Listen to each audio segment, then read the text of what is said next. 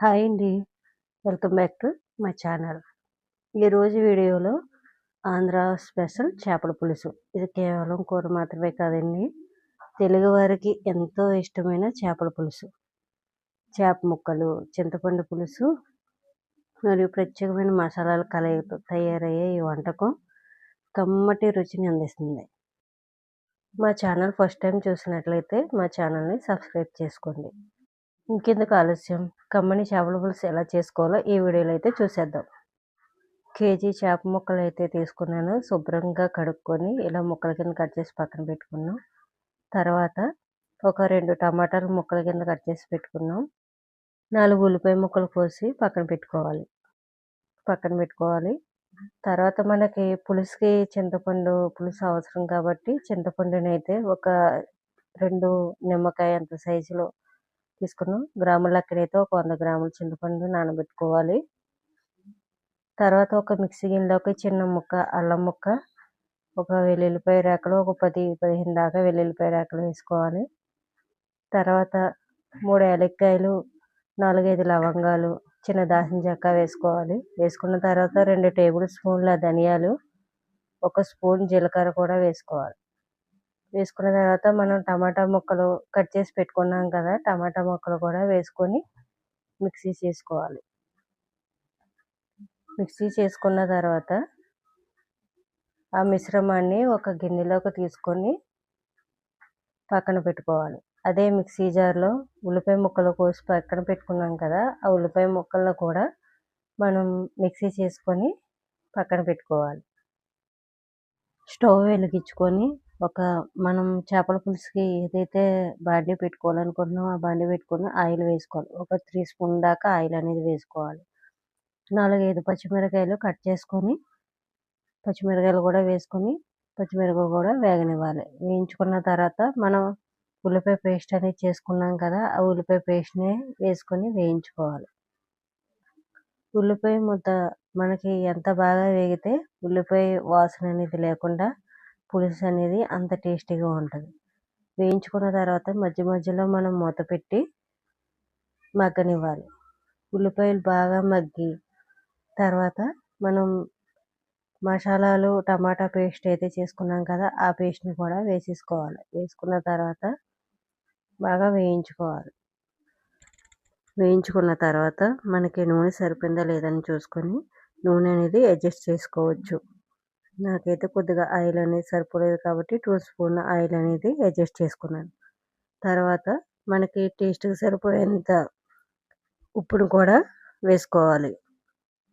ఉప్పు వేసుకున్న తర్వాత కలుపుకుంటూ మూత పెట్టుకొని మగ్గనివ్వాలి. ఇప్పుడు మనం కారాన్ని కూడా వేసేసుకోవాలి. ఒక 3-4 స్పూన్ల దాకా కారం అనేది వేసుకుంటున్నాను. ఎందుకంటే చేపల పులుసు స్పైసీగా ఉంటేనే బాగుంటుంది కాబట్టి కారాన్ని కూడా వేసుకొని మీ టేస్ట్కి తగ్గగా మీరు కూడా వేసుకోవచ్చు.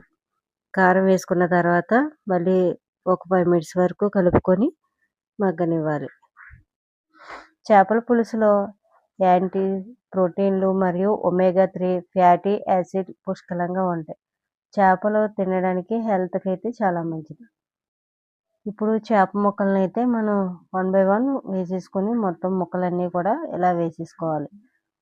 వేసుకున్న తర్వాత మనం మసాలాలన్నీ కూడా ఒకసారి టర్న్ చేసుకుని చేప ముక్కలు అనేది మసాలాలను పట్టిస్తే సరిపోతుంది. మరీ ఎక్కువగా కలపకూడదు. చేపల ముక్కలు అనేవి విడిపోతాయి కాబట్టి స్లోగా 1 by 1 తిప్పుకుంటూ రివర్స్ చేసుకుంటూ మగ్గనివ్వాలి.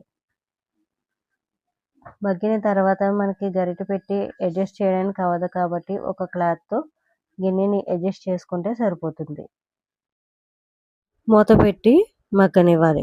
మూత పెట్టి మగ్గిన తర్వాత మధ్య మధ్యలో మనం కలుపుకుంటూ చూసుకోవాలి. చేపల పులుసులో ఒక 2 బెండకాయలు చిన్న ముక్కల కింద కట్ చేసుకొని వేసుకుంటే పులుసు అనేది చాలా టేస్ట్గా అయితే ఉంటుంది. వేసుకున్న తర్వాత మూత పెట్టి మగ్గించుకోవాలి. మగ్గించుకున్న తర్వాత మనం చింతపండు నానబెట్టుకున్నాం కదా, నానబెట్టుకున్న పులుసుని ఒక గిన్నెలోకి చింతపండుని పిసికి వాటర్ అనేది మనం పులుసులోకి అనేది వేసుకోవాలి. చింతపండు నానబెట్టుకోవడానికి మీకు ఒక టిప్ అయితే చెప్తాను. మనకి టైం లేనప్పుడు చింతపండు త్వరగా నానాలి అంటే ఏం లేదండి. కొద్దిగా వేడి నీళ్ళలో వేసి నానబెట్టుకుంటే త్వరగా అయితే నానిపోతుంది. ఇప్పుడు చింతపండుని 2 టైమ్స్ అయితే చింతపండుని బాగా వాటర్ అనేది తీసుకొని వేసుకున్నాను.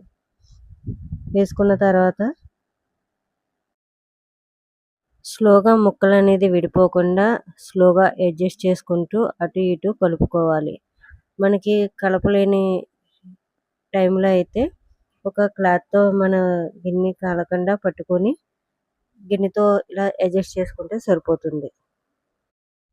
చేపల పులుసు చల్లారితే చిక్కపడిపోతుంది కాబట్టి కొద్దిగా పలచగానే పెట్టుకుంటే మనకి పులుసు అనేది అయిపోయిన తర్వాత చిక్కగా కనిపిస్తుంది.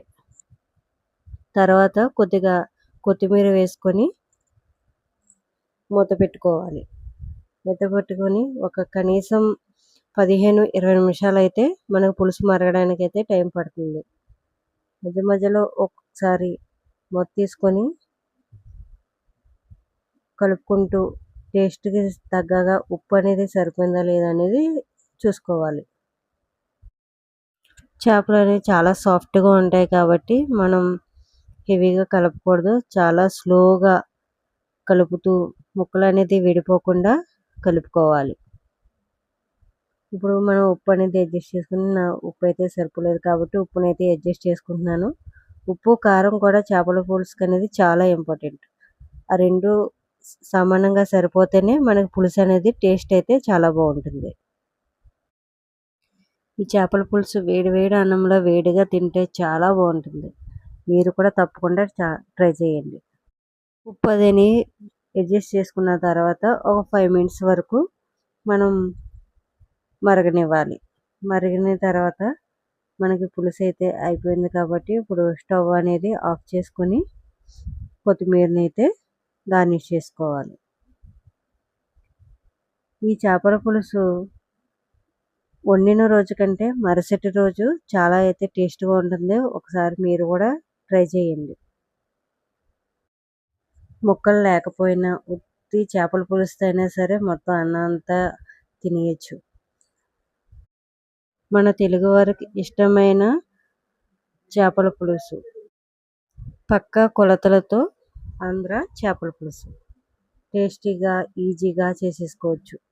తప్పకుండా మీరు కూడా ఈ విధంగా ట్రై చేయండి. ఎలా వచ్చిందో మాకు కామెంట్ చేయండి. అంతేనండి. మనకి పులుసు అనేది మరిగిపోయింది. చూసారా ఎంత బాగా వచ్చిందో. చాలా ఈజీగా, టేస్టీగా అయితే చేసేసుకోవచ్చు. మీరు కూడా ట్రై చేయండి. ఇప్పుడు మనం ఒక గిన్నెలోకి అనేది తీసేసుకొని ఒక బౌల్‌లో తీసుకొని మనం సర్వ్ చేసుకోవడం. చూసారా ముక్కలు అనేది విడిపోకుండా ఎలా కనిపిస్తున్నాయో. ఈ వీడియో నచ్చితే లైక్ చేయండి. మా ఛానల్ ఫస్ట్ టైం చూసినట్లయితే మా ఛానల్ని సబ్స్క్రైబ్ చేసుకోండి. పక్కనే ఉన్న బెల్ ఐకాన్ కూడా యాక్టివేట్ చేసుకోండి. అప్పుడే మా వీడియోలు అనేది మీ వరకు చేరుకుంటాయి. Thanks for watching.